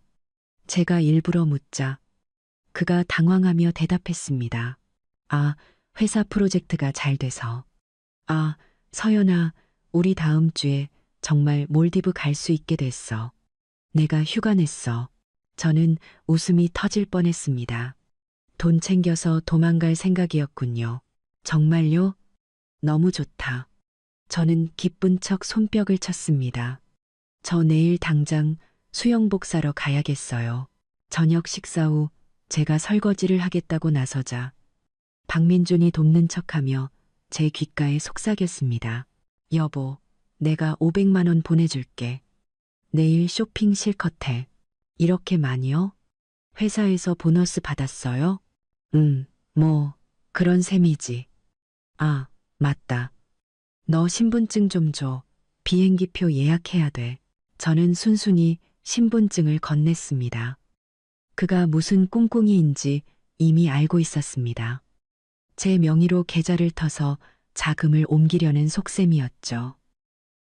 그날 밤 저는 일찍 잠든 척하며 카메라를 통해 박민준이 제 신분증으로 온라인 뱅킹 계좌를 개설하는 것을 지켜봤습니다. 그리고 그는 자기 계좌에 로그인해 거액을 이체하기 시작했습니다. 제게 보내는 것이 아니라 여러 개의 낯선 계좌로 돈을 쪼개서 보내고 있었습니다. 정말 지독하네. 저는 그 모든 과정을 녹화했습니다. 재개발 보상금 11억 원. 그는 제게 단 한 푼도 줄 생각이 없었습니다. 다음 날 아침, 저는 신나게 수영복을 사러 가는 척하며 서진 언니의 사무실로 직행했습니다. 최신 증거들을 본 언니는 즉시 재산보전 신청서와 이혼소장을 작성했습니다. 오늘 오후 3시 법원에서 박민준 명의의 모든 자산을 동결시킬 거야. 그 재개발 보상금 중 네 몫을 포함해서. 서진 언니가 자신 있게 말했습니다. 저는 이제 뭘 하면 되죠? 이제 네가 준비한 최고의 복수극을 펼칠 시간이야. 언니는 승리를 확신하는 미소를 지었습니다. 법률 사무소를 나와 저는 쇼핑몰에서 보란 듯이 빨간색 비키니를 샀습니다. 박민준을 위해서가 아닌 완전히 새로운 나를 위해서. 핸드폰이 진동했습니다. 지수에게서 온 메시지였습니다. 박민아, 지금 엠파이어 호텔에서 파티 중. 곧 영국으로 유학 간다고 엄청 자랑하고 있어. 저는 눈을 가늘게 뜨고 즉시 답장했습니다. 정확한 위치 알려줘. 10분 후 저는 엠파이어 호텔 연회장 밖에 서 있었습니다. 안에서는 박민아의 까랑까랑한 웃음소리가 들려왔습니다. 우리 오빠가 그랬다니까. 돈 들어오면 포르쉐 사준다고. 그 아줌마. 푹. 걔가 뭔데. 문을 열기 전 저는 마지막으로 핸드폰을 확인했습니다. 서진 언니가 보낸 메시지였습니다. 재산 보전 명령 발부됨. 집행관들 박민준 회사로 가는 중. 저는 심호흡을 하고 연회장 문을 활짝 열었습니다. 안에는 20여 명의 젊은이들이 일제히 저를 쳐다봤습니다. 박민아는 샴페인 잔을 든 채 중앙에 서 있었습니다. 제가 그토록 찾아 헤맸던 한정판 원피스를 입고서 형님. 그녀의 얼굴이 새하얗게 질리며 손에 든 샴페인 잔을 떨어뜨릴 뻔했습니다. 미나야, 그 원피스 한참 찾았는데 너한테 있었구나. 저는 미소 지으며 안으로 들어갔습니다. 연회장은 쥐 죽은 듯 조용해졌습니다. 박민아는 곧 평정을 되찾고 도발적으로 턱을 치켜들었습니다. 오빠가 입으라고 준 건데요. 문제 있어요? 물론 문제 없지. 저는 가방에서 쇼핑 영수증을 꺼냈습니다. 다만 알려주려고. 그건 작년에 네 오빠가 우리 부부 공동 계좌로 산 거고 가격은 320만 원이야. 네가 입었으니 그 돈은 다시 공동 계좌로 입금해줘. 주변에서 수군거리는 소리가 들렸습니다. 박민아의 얼굴은 붉게 달아올랐습니다. 무슨 소리예요? 이건 오빠가 나한테 선물한 거라고요. 그래? 저는 휴대폰 뱅킹 앱을 켜서 거래 내역을 보여주었습니다. 결제 계좌. 우리 부부 공동명의 계좌 맞지? 민법에 따르면 혼인 후 발생한 모든 수입은 부부 공동 재산이야. 저는 일부러 목소리를 높여 모두가 들을 수 있게 말했습니다. 그러니까 그 원피스는 절반이 내 거라는 소리지. 박민아는 분노로 온몸을 떨었습니다. 이서연, 네가 뭔데? 우리 오빠 돈이 내 돈이지. 법은 그렇게 생각 안 하던데. 저는 태연하게 핸드폰을 집어넣었습니다. 아, 맞다. 너 영국 유학 간다며. 보증금 4천만 원은 잘 냈고. 그녀의 얼굴색이 변했습니다. 그걸 어떻게? 그것도 너희 오빠랑 내 공동 예금이었거든. 저는 다시 한번 목소리를 높였습니다. 내 동의 없이 함부로 사용한 건 명백한 불법 행위야. 연회장은 술렁이기 시작했습니다. 박민아의 친구들은 이상한 눈으로 그녀를 쳐다봤고 몇몇은 조용히 샴페인 잔을 내려놓았습니다. 너 당장 나가. 박민아가 악을 썼습니다. 경비. 이 미친 여자 좀 끌어내요. 저는 당황하지 않고 가방에서 서류 사본 하나를 꺼냈습니다. 이건 법원에서 발부한 재산 보전 통지서야. 오늘부터 네 오빠 명의의 모든 자산은 동결됐어. 네 유학 자금으로 쓰려던 그 돈 포함해서. 박민아는 서류를 낚아채듯 받아들고는 몇 줄 읽더니 얼굴이 새하얗게 질렸습니다. 말도 안 돼. 그럴 리가 없어. 참고로 말해주자면 저는 그녀의 귓가에 대고 속삭였습니다. 재개발 보상금 중 내목. 단 한 푼도 양보할 생각 없어. 그 말을 남기고 제가 돌아서자 등 뒤에서 박민아의 무너지는 울음소리와 잔 깨지는 소리가 들려왔습니다. 호텔을 나오자 햇살이 얼굴에 쏟아졌습니다. 전례 없는 통쾌함이 온몸을 감쌌습니다. 복수의 첫 총성은 울렸고 전쟁은 이제 시작이었습니다. 집에 돌아오니 시어머니가 거실을 서성이고 있었습니다. 저를 보자마자 달려들었죠. 서연아, 민준이 회사에 큰일 났단다. 법원 사람들이 와서 걔를 데려갔대. 네? 무슨 일로요? 민준 씨가 법을 어겼나요?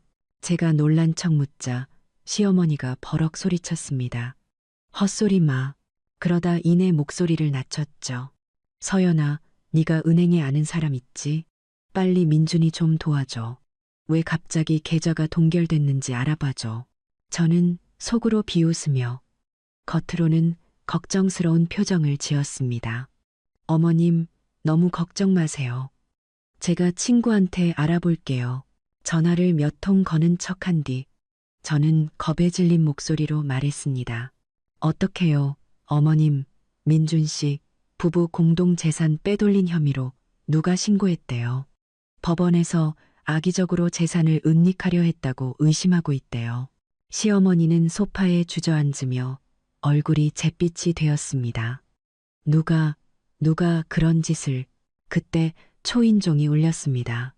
문을 열자 법원 집행관이 서 있었습니다. 이서연 씨 되시죠? 장모님이신 김숙자 씨께 온 소환장입니다.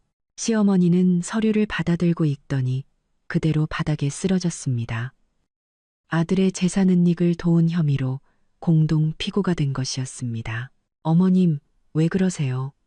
저는 그녀를 부축하는 척하며 소환장을 힐끗 봤습니다. 완벽했습니다. 서진 언니의 일 처리는 정말 빨랐죠. 시어머니가 갑자기 제 손을 붙잡았습니다. 엄청난 악력이었죠. 서연아, 이제 민준이를 구할 수 있는 건 너뿐이야. 법원에 가서 그 돈 네가 동의해서 옮긴 거라고 말해줘. 어머님, 위증은 범죄예요. 제가 난처한 듯 말하자 시어머니가 가면을 벗어던졌습니다. 돈 얼마면 돼? 재개발 보상금에서 5억 줄게. 됐어? 저는 웃음이 터질 뻔했습니다. 11억 중에 5억이라니. 거짓 취급하는 것도 아니고. 어머님, 이건 돈 문제가 아니에요. 10억. 시어머니가 이를 악물고 말했습니다. 더는 못 줘. 저는 고개를 저으며 핸드폰에서 녹음 파일 하나를 재생했습니다. 박민준이 자금을 옮기며 했던 말이 선명하게 흘러나왔습니다. 일단 돈 엄마한테 옮겨놨다가 몇몇 친척들 계좌로 쪼개서 보내. 이혼 판결 나면 이서연은 한 푼도 못 건져. 시어머니의 얼굴이 잿빛이 되었습니다. 네가 녹음뿐만이 아니죠. 저는 미소 지으며 핸드폰 속 사진과 영상을 보여주었습니다. 그동안의 모든 이체 기록, 호텔 출입 기록, 그리고 어제 재개발 사무소에서 서명하는 전 과정까지 다 가지고 있어요. 이 독한 것. 시어머니가 마침내 위장을 벗고 제게 손을 휘둘렀습니다. 저는 가볍게 그 손목을 잡았습니다. 어머님, 가정폭력도 범죄인 거 아시죠? 이것도 녹음해 드릴까요? 시어머니는 뜨거운 것에 댄 듯 손을 뺐습니다. 그녀의 눈에 비로소 공포가 어렸습니다. 너 대체 원하는 게 뭐야? 간단해요. 제가 받아야 할 목. 단 한 푼도 빠짐없이 돌려주세요. 바로 그때 문이 벌컥 열리며 박민준이 씩씩거리며 들어왔습니다. 등 뒤에는 시퍼렇게 질린 박민아가 서 있었죠. 이서연, 그가 제게 소리치며 달려들었습니다. 네가 감히 날 신고해? 저는 이미 예상하고 카메라가 설치된 구석으로 재빨리 물러섰습니다. 박민준 씨, 법원이 왜 당신 재산을 동결했는지 정말 몰라서 물어요. 오빠, 쟤 오늘 내 파티에 와서 행패 부렸어. 내 유학 자금까지 뺏어 가겠다고 협박했다고. 박민아가 울부짖었습니다. 박민준의 관자놀이에 핏대가 섰습니다. 이 배은망덕한 인간, 내가 먹여주고 입혀줬더니 감히 날 물어? 먹여주고 입혀줘요. 저는 냉소했습니다. 결혼 5년 동안 당신 월급 절반은 어머님께 갔고 생활비랑 대출금은 거의 내가 냈어요. 이제 와서 재개발 보상금까지 독차지하려던 사람이 할 말은 아닌 것 같은데요. 그는 잠시 할 말을 잃더니 이내 적반하장으로 나왔습니다. 그래서 뭐, 내가 남자고 가장인데 돈은 당연히 내가 관리해야지. 넌 내 덕에 먹고 살았으면서 무슨 자격으로 따져. 제가 기다렸던 말이었습니다. 저는 가방에서 다른 서류를 천천히 꺼냈습니다. 공교롭게도 이 집 살 때 계약금 우리 부모님이 내주셨고 결혼 후 대출금도 제가 절반을 냈어요. 등기부등본에 공동 명의로 되어 있으니 재산 분할 청구할 권리가 저한테 있다는 뜻이죠. 박민준의 얼굴이 굳어졌습니다. 아, 맞다. 저는 말을 이었습니다. 당신 명의의 그 혼전 재산 아파트. 결혼 후에 우리 같이 3년 동안 대출금 갚았죠. 가치 상승분 계산하면 제가 최소 3억은 받을 수 있겠네요. 그 말을 들은 시어머니가 마침내 무너졌습니다. 꿈깨. 그건 내 아들 집이야. 법은 그렇게 생각 안 하던데요. 저는 미소 지으며 핸드폰을 들어 보였습니다. 지금 바로 판사님께 전화해서 확인해 볼까요? 박민준이 갑자기 달려들어 제 핸드폰을 뺏으려 했습니다. 저는 이미 대비하고 있었기에 가볍게 몸을 피하며 단축 번호를 눌렀습니다. 친구 지수의 번호였죠. 여보세요? 서연아? 지수의 목소리가 스피커폰으로 울려 퍼졌습니다. 지수야, 경찰에 신고해줘. 남편한테 맞을 것 같아. 박민주는 벼락이라도 맞은 듯 그 자리에 굳었습니다. 전화기 너머에서 지수가 즉시 대답했습니다. 알았어, 바로 신고할게. 조금만 버텨. 너. 박민준이 저를 향해 손가락질하며 부들부들 떨었습니다. 너 진짜 미쳤구나. 당신들 가족의 치밀함에 비하면 전 아직 멀었죠. 저는 핸드폰을 집어넣었습니다. 이제 제안을 2가지 하겠어요. 온 가족이 저를 낯선 사람 보듯 쳐다봤습니다. 첫째, 저는 손가락 하나를 들었습니다. 법대로 하는 거예요. 법정에서 봅시다. 다만 당신이 재산 빼돌린 증거 감옥 가기에 충분할걸요. 박민준의 얼굴이 하얗게 질렸습니다. 둘째, 저는 2번째 손가락을 들었습니다. 협의 이혼하는 거예요. 이 집은 제가 갖고 재개발 보상금 중 부부 공동 재산에 해당하는 부분은 절반으로 나눠요. 미나가 가져간 유학 보증금 2억 원도 돌려주고요. 그 외 각자 명의 재산은 더 이상 문제 삼지 않겠어요. 꿈깨. 박미나가 소리쳤습니다. 그건 내 유학 자금이야. 그럼 법정에서 보죠. 제가 돌아서려 하자 박민준이 저를 붙잡았습니다. 그의 목소리는 쉬어 있었습니다. 잠깐 생각할 시간을 줘. 좋아요. 저는 걸음을 멈췄습니다. 24시간 줄게요. 내일 이 시간까지 당신의 서명을 보고 싶네요. 그 말을 남기고 저는 미리 싸둔 캐리어를 끌고 5년간 살았던 그 집을 망설임 없이 나섰습니다.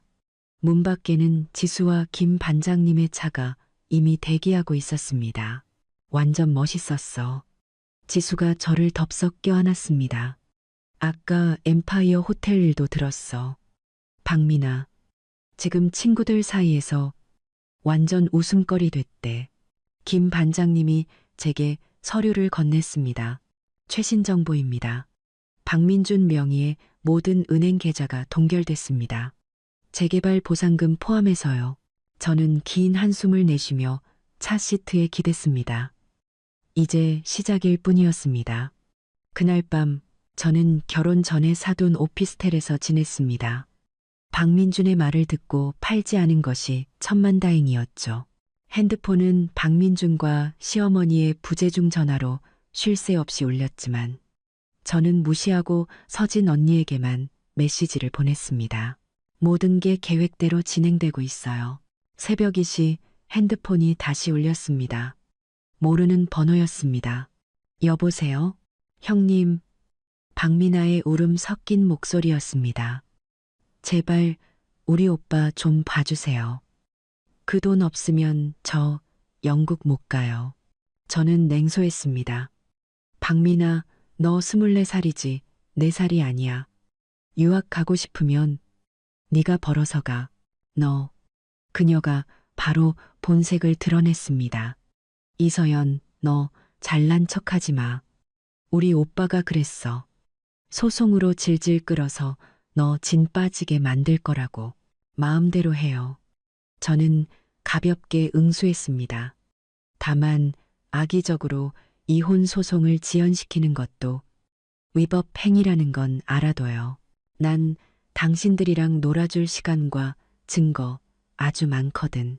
전화기 너머로 물건 던지는 소리와 저주 섞인 고함이 들렸습니다. 저는 그대로 전화를 끊고 전원을 꺼버렸습니다.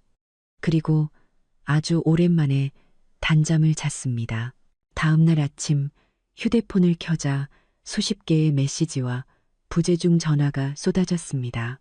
가장 최근 메시지는 박민준에게서 온 것이었습니다. 우리 얘기 좀 하자. 오늘 낮 12시 푸른 호수 앞 카페에서 봐. 저는 답장했습니다. 이혼 합의서에 사인할 거 아니면 만날 이유 없어. 카페에 나타난 박민준은 거의 알아볼 수 없을 정도로 초췌했습니다. 눈은 핏발이 서 있었고 양복은 구겨져 있었죠. 저를 보자 그의 눈에 원망이 스쳤지만 이내 피로감으로 바뀌었습니다. 서연아, 그가 제 손을 잡으려 했지만 저는 피했습니다. 정말 이렇게까지 해야겠어? 당신 어머니가 당신을 사주해서 저를 비행기에서 내쫓은 그 순간부터 우린 이미 이렇게 될 운명이었어요. 제가 차갑게 말하자 그는 한동안 침묵하다가 마침내 가면을 벗었습니다. 네가 제시한 조건은 너무 과해. 집은 줄 수 있지만 재개발 보상금 절반은 절대 안 돼. 그럼 법정에서 보죠. 제가 일어나려 하자 그가 이를 악물었습니다. 30%. 그게 내가 줄 수 있는 최대치야. 저는 웃었습니다. 박민준 씨, 아직도 상황 파악이 안 되나 보네요. 저는 핸드폰에서 녹음 파일 하나를 재생했습니다. 시어머니의 목소리가 선명하게 흘러나왔습니다. 재개발 보상금 받으면 바로 쫓아내. 애도 못 낳는 주제에 그의 얼굴이 새하얗게 질렸습니다. 네가 언제? 제가 제시한 조건 아주 관대한 편이에요. 저는 핸드폰을 집어넣었습니다.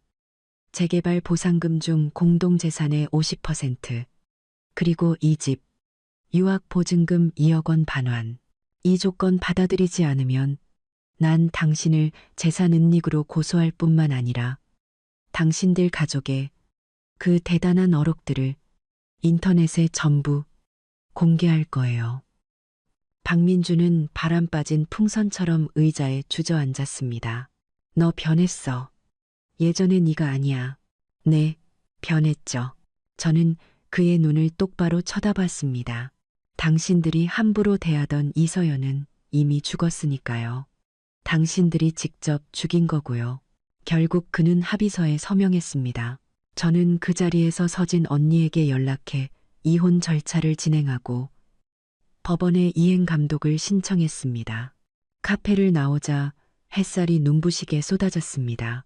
저는 심호흡을 하며 오랜만에 자유를 만끽했습니다. 전화가 울렸습니다. 부동산 중개인이었죠.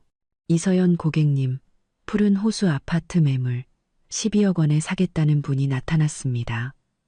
시세보다 5% 높은 가격인데 수락하시겠습니까? 저는 방금 서명한 합의서를 내려다보며 입꼬리를 올렸습니다. 수락할게요. 그리고 믿을 만한 이사업체도 좀 알아봐 주세요. 전화를 끊고 저는 지수에게 메시지를 보냈습니다. 샴페인 준비해. 오늘 밤 내 새로운 인생을 축하하자. 복수의 맛은 상상보다 훨씬 달콤했습니다. 이사업체가 약속대로 도착했습니다. 건장한 남자 6명이 제 지휘 아래 안방에 있는 제 모든 물건을 포장해 옮기기 시작했습니다. 박민주는 잿빛 얼굴로 서 있었지만 감히 막지 못했습니다. 대문에는 법원의 강제 집행 명령서가 붙어 있었으니까요. 저 화장대 제가 혼수로 해온 거예요. 흠집 안 나게 조심해서 옮겨주세요. 제가 실목 가구를 가리키며 말하자 박민준이 마침내 참지 못하고 으르렁거렸습니다. 이서연, 꼭 이렇게까지 해야겠어? 저는 목록을 확인하던 것을 멈추고 그를 쳐다봤습니다. 이렇게까지요? 온 가족이 합심해서 날 속인 당신들에 비하면 이건 아무것도 아니죠. 그때 시어머니가 주방에서 뛰쳐나왔습니다. 손에는 프라이팬을 들고 있었죠. 이 나쁜 년. 내 아들 돈 다 뜯어가고 도망가려는 거냐. 어머님, 혈압 조심하세요. 저는 차갑게 쏘아 붙였습니다. 법원에서 어머님 계좌도 동결시켰다던데 지금 병원에 입원하시면 보험 처리도 힘들겠네요. 그 말은 비수가 되어 그녀의 심장에 밝혔습니다. 시어머니는 비틀거리며 물러섰고 박민아가 그녀를 부축했습니다. 한때 기세등등하던 시누이는 이제 구석에 몰린 쥐처럼 제 눈을 피하고 있었습니다. 아, 맞다, 미나야. 저는 일부러 목소리를 높였습니다. 영국은 이제 못 가겠네? 보증금 동결돼서 학교에서 입학 취소했다며? 박민아의 눈시울이 붉어졌지만 드물게 대꾸하지 않았습니다. 2억 원이 날아간 것이 그녀에게는 충분한 교훈이 된 모양이었습니다. 저는 5년간 사들인 모든 물건, TV부터 커피 머신까지 전부 목록에 적어 챙겼습니다. 박민주는 제 뒤를 따르며 집이 조금씩 텅 비어가는 것을 속수무책으로 지켜봤습니다. 서연아, 그가 다시 저를 설득하려 했습니다. 우리 정말 돌이킬 수 없는 거야? 저는 걸음을 멈추고 그를 돌아봤습니다. 박민준 씨, 뭐가 제일 우스운지 알아요? 당신은 지금까지도 내가 왜 떠나는지 전혀 모른다는 거예요. 그건 돈 때문이 아니에요. 물론 당신들 가족이 탐욕스럽긴 했지만 그건 이 집에서 내가 단 한 번도 가족이었던 적이 없었기 때문이에요. 그저 마음대로 부려먹고 돈이나 뜯어내는 외부인이었죠. 아니야. 그가 반사적으로 변명했습니다. 공항에서 당신이 단 한마디라도 내 편을 들어줬더라면 저는 고개를 저었습니다. 됐어요. 다 지난 일이에요. 마지막 짐이 차에 실린 후 저는 열쇠를 탁자 위에 내려놓았습니다. 등기권리증은 중개인한테 넘겼어요. 다음 주에 새 집주인이 집 보러 올 테니 깨끗하게 유지하는 게 좋을 거예요. 집값 더 받으면 당신 목도 생기는 거니까. 그 말을 들은 시어머니가 길길이 날뛰었습니다. 뭐, 집을 판다고? 여긴 내 집이야. 아니요, 여긴 박민준 씨와 저의 신혼집이었죠. 제가 정정했습니다. 이혼 합의서에 분명히 명시되어 있어요. 소유권은 제게 있고 저는 이 집을 처분할 권리가 있습니다. 박민준이 갑자기 제 손목을 붙잡았습니다. 잠깐, 재개발 보상금은 걱정 말아요. 제가 그의 손을 뿌리쳤습니다. 법원에서 공정하게 나눠줄 테니 제 몫은 한 푼도 빠짐없이 받을 거고요. 문을 나서며 저는 마지막으로 한때 집이라 불렀던 곳을 돌아봤습니다.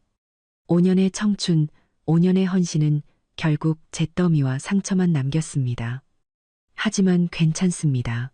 오늘부터 저는 완전히 새로운 인생을 시작할 테니까요. 지수의 오피스텔에는 이미 샴페인이 준비되어 있었습니다. 자유를 되찾은 걸 축하해. 지수가 저를 껴안았습니다. 저는 웃으며 그녀와 잔을 부딪혔지만 첫 모금을 넘기는 순간 눈물이 왈칵 쏟아졌습니다. 모든 억울함, 분노, 원망이 그 순간 터져 나왔습니다. 울어. 울고 나면 괜찮아질 거야. 지수가 제 등을 토닥였습니다. 그런 쓰레기 같은 집구석 빨리 나온 게 다행이야. 저는 눈물을 닦고 억지로 미소 지었습니다. 그 사람 때문에 우는 거 아니야. 5년 동안 바보같이 헌신했던 나 자신이 불쌍해서 우는 거야. 그날 밤 제 핸드폰은 시댁 친척들의 욕설 문자와 전화로 불이 났습니다. 박민준 모자가 가족단체 채팅방에서 제가 바람나서 이혼당하는 주제에 재산까지 뜯어간다고 거짓말을 한 모양이었습니다. 내가 대신 욕해줄까? 지수가 분개하며 물었습니다. 저는 고개를 젓고 오랜만에 SNS에 로그인했습니다. 그리고 정성껏 작성한 장문의 글과 녹음 증거 일부를 게시했습니다. 제목은 간단했습니다.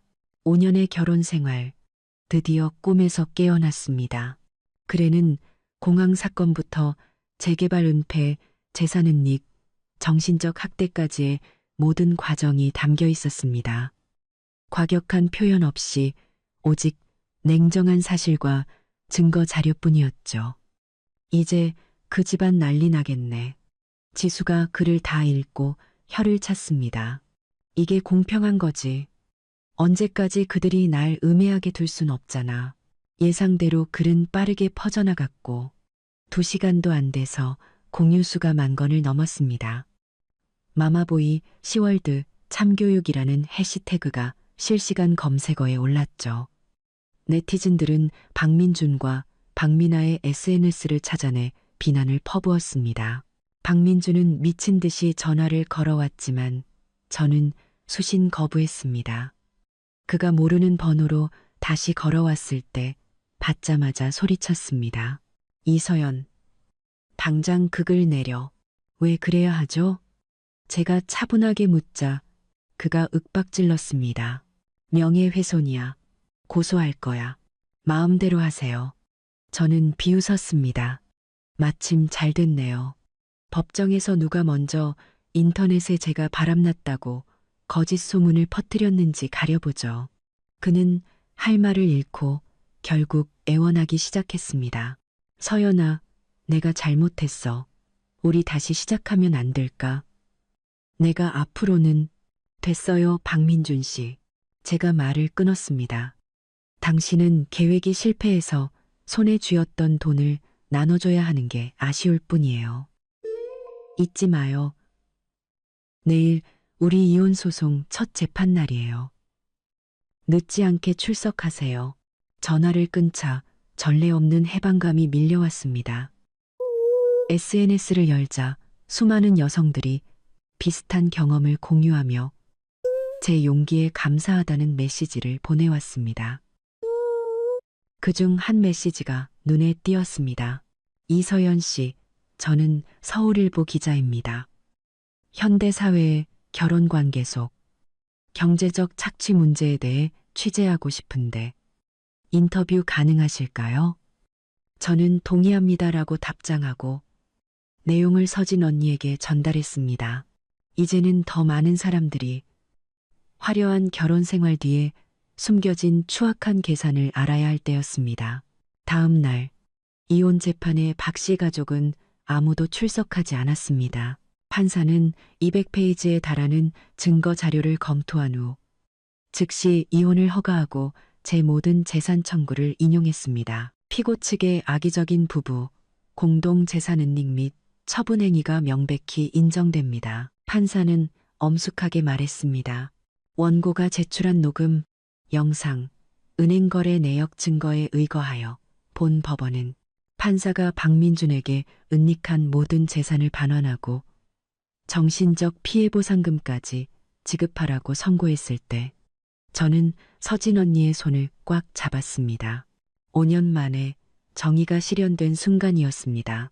법원을 나서자 수많은 기자들이 저를 둘러쌌습니다. 저는 당당하게 카메라를 마주하고 판결 결과를 설명하며 법에 감사를 표했습니다. 이서연 씨, 현대사회의 결혼 관계 속에서 여성의 권익 보호를 위해 조언 한마디 부탁드립니다. 한 여기자가 묻자 저는 잠시 생각한 뒤 답했습니다. 항상 경제적으로 독립하고 모든 금전거래 증거를 남기세요. 그리고 부당한 대우를 받았을 때는 즉시 법의 도움을 구하세요. 기억하세요. 결혼은 두 독립된 인격체의 결합이지 한쪽의 일방적인 희생이 아닙니다. 박민주는 연문으로 몰래 빠져나가려다 기자들에게 붙잡혔습니다. 그는 카메라 앞에서 과거의 당당함은 온데간데 없이 판결을 존중한다, 원만하게 해결하겠다 같은 상투적인 말만 더듬거렸습니다. 갑자기 시어머니가 인파를 뚫고 나와 제 팔을 붙잡았습니다. 이 나쁜 년, 네가 내 아들 인생을 망쳤어. 법원 경위들이 즉시 그녀를 제지했지만 저는 차분히 그녀의 손을 뿌리쳤습니다. 김숙자 씨, 당신 아들을 망친 건 제가 아니라 당신들 가족의 탐욕과 계산입니다. 그 말을 남기고 제가 돌아서자 등 뒤에서 시어머니의 저주 섞인 고함과 박민준의 힘없는 만류가 들려왔습니다. 이 지긋지긋한 막장 드라마가 드디어 막을 내렸습니다. 사흘 뒤 저는 이혼 신고를 마쳤습니다. 같은 날 푸른 호수 아파트는 12억 원의 매매 계약이 체결됐습니다. 판결에 따라 저는 박민준에게 집값의 절반인 6억 원을 줘야 했지만 그가 제게 반환해야 할 금액들을 제하고 나니 실제로는 2억 7천만 원만 주면 됐습니다. 서명식에서 박민준은 수표를 쳐다보며 쉰 목소리로 말했습니다. 서연아, 우리 정말 돈 잘 받아요. 제가 말을 끊었습니다. 이제 우린 완전히 남이에요. 이사업체가 마지막 짐을 싣고 떠난 후 저는 텅 빈 거실에 서서 지난 5년의 기억들을 떠올렸습니다. 대부분 유쾌하지 않았지만 아주 가끔은 따뜻했던 순간도 있었습니다. 이제 그 모든 것이 과거가 되었습니다. 새 집주인에게 열쇠를 건네는 순간 저는 전례 없는 해방감을 느꼈습니다. 그날 밤 지수는 저를 위해 작은 축하 파티를 열어주었습니다. 샴페인, 케이크, 웃음소리. 제가 오랫동안 잊고 지냈던 순수한 기쁨이었습니다. 서연이의 새로운 출발을 위하여 지수가 잔을 높이 들었습니다. 모두가 환호했고 저는 샴페인을 한 모금 마셨습니다. 그때 구석에 서 있는 익숙한 모습이 보였습니다. 강태우 선배. 그가 언제 온 걸까요? 그가 저를 향해 잔을 들어 보였고 저도 미소로 화답했습니다. 파티가 끝난 후 그가 저를 집에 데려다 주겠다고 나섰습니다. 오늘 정식으로 이혼했다고 들었어. 차 안에서 그가 조용히 말했습니다. 네, 이제 완전히 자유예요. 5년의 결혼 생활이 남긴 건 상처와 이 정도의 재산뿐이네요. 하지만 넌 이겨냈잖아. 그리고 예전보다 훨씬 강해졌고 그의 목소리는 따뜻하고 단단했습니다. 파티에 와줘서 고마워요, 선배. 사실 너희 스튜디오와 협업하고 싶은 프로젝트가 있어. 오래된 건물을 리모델링하는 건데 너의 디자인 감각이 필요해. 저는 눈이 번쩍 뜨였습니다. 구체적으로 어떤 프로젝트인데요? 그가 웃자 눈가에 잔주름이 생겼습니다. 내일 점심 먹으면서 자세히 얘기하자. 좋아요. 저도 웃었습니다. 이번에는 망설임이 없었죠. 집에 돌아와 저는 길고 긴 목욕을 하고 거울 앞에 섰습니다. 거울 속 여자는 눈빛이 맑고 입가에 미소를 머금고 있었습니다. 더 이상 그 억눌렸던 박씨 집안 며느리의 그림자는 찾아볼 수 없었죠. 핸드폰이 진동했습니다. 모르는 번호로 온 메시지였습니다. 서연아, 나 태우야. 갑자기 연락해서 미안. 혹시 괜찮다면 커피 한잔 할 수 있을까? 네가 예전에 찾던 그 건축학과 남자가. 저는 메시지를 한참 바라보다가 마침내 답장했습니다. 좋아요. 다만 제게 남은 집안일을 좀 처리하고요. 네, 아직 마지막 집안일이 남아 있었습니다.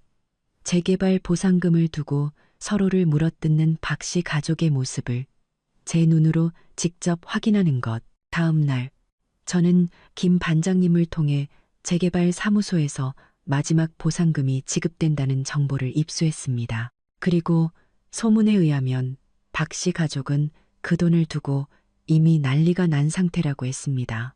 저는 선글라스와 모자를 쓰고 재개발 사무소 맞은편 카페에 자리를 잡았습니다. 십시정각 박 씨 가족이 모두 나타났습니다. 그들은 문에 들어서자마자 싸우기 시작했고 유리창 너머로도 시어머니의 악쓰는 소리가 들렸습니다. 30분 후 상황은 걷잡을 수 없이 번졌습니다. 박민아가 박민준의 뺨을 때렸고 시어머니가 싸움에 끼어들어 아들의 머리채를 잡고 불효자라고 소리쳤습니다. 시아버지는 그들을 말리려다 바닥에 넘어졌죠. 어느새 제 옆에 나타난 김 반장님이 USB를 건넸습니다. 사무소 내부 CCTV 영상입니다. 아주 선명하게 찍혔습니다. 저는 USB를 받으며 조용히 감사 인사를 했습니다. 화면 속에서 박민준과 박민아는 돈을 더 갚겠다며 주먹 다짐을 하고 있었고 시어머니는 자식들이 불효막심하다며 울부짖고 있었습니다. 한때 한마음으로 저를 속이던 그들이 이제는 돈 때문에 추악하게 서로를 물어뜯고 있었습니다. 아, 그리고 김 반장님이 덧붙였습니다. 박민준 씨, 요즘 사방에 돈을 빌리러 다닌다고 합니다. 도박 빚이 꽤 되는 것 같습니다. 도박이요? 네. 이혼 후에 시작했다고 합니다. 차도 저당 잡혔다고 하고요. 저는 고개를 저으며 USB를 챙겼습니다. 이제 저와는 아무 상관없는 일이었죠. 카페를 나오자 햇살이 쏟아졌습니다. 5년간의 악몽이 드디어 완전히 끝난 것이었습니다. 핸드폰이 다시 울렸습니다. 강태우 선배의 답장이었습니다. 언제든 기다릴게. 그리고 자유를 되찾은 것 축하해. 메시지를 보며 저도 모르게 입꼬리가 올라갔습니다. 어쩌면 이제 새로운 삶을 시작할 때가 된 것 같았습니다.